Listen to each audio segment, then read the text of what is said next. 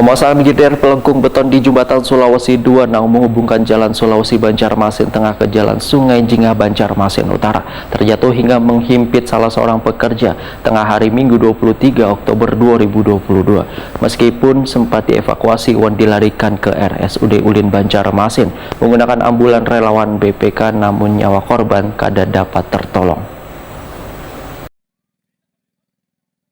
Pemasangan girder pelengkung beton di jembatan Sulawesi 2 yang menghubungkan Jalan Sulawesi Banjarmasin Tengah ke Jalan Sungai Jingah Banjarmasin Utara terjatuh hingga menghimpit salah seorang pekerja tengah hari Minggu 23 Oktober 2022 sekitar pukul 14.40 WITA. Meskipun sempat dievakuasi dan dilarikan ke Rumah Sakit Umum Daerah Ulin Banjarmasin menggunakan ambulan relawan BPK, namun nyawa korban kada dapat tertolong. Kepala Dinas PPR Banjarmasin Suri Sudarmadia jumpa media di Balai Kota Banjarmasin malam Senin 23 Oktober 2022 memedahkan pengerjaan pembangunan jembatan Sulawesi 2 dihentikan sementara. Tujuan agar kada mengganggu proses penyelidikan yang sedang dilakukan oleh pihak kepolisian. Suri Sudarmadia mengaku masih menghadang kabar lebih lanjut terkait penyebab jatuhnya girder kedua di segmen ke-1 yang menimpa salah seorang pekerja tersebut.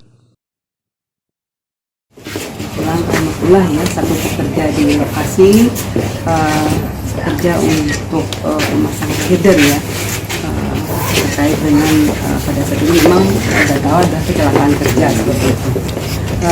Jadi memang untuk pada saat ini memang sedang pemasangan girder yang kedua ya, pemasangan girder yang kedua segmen yang ke-1.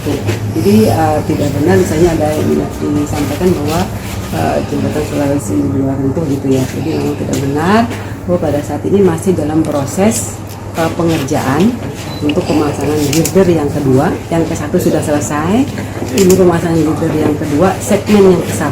Nah, pada saat proses lifting mungkin detailnya kami belum tahu juga karena memang kami harus koordinasi dengan penyedia, dengan PPK, dengan PPK detailnya seperti apa, sehingga kejadian pada sekitar jam 14.30 tadi girder nomor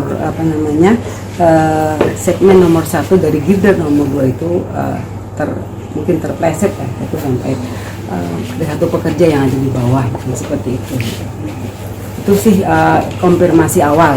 Detailnya memang kami sedang koordinasi dengan penyedia PPTK dan BPK untuk mendetailkan kronologis kejadian ini. Suri Sudarmadia berharap adanya musibah yang menimpa seorang pekerja hingga meninggal dunia ini kada berimbas pada pengerjaan jembatan yang ditargetkan tuntung pada akhir Desember 2022 mendatang.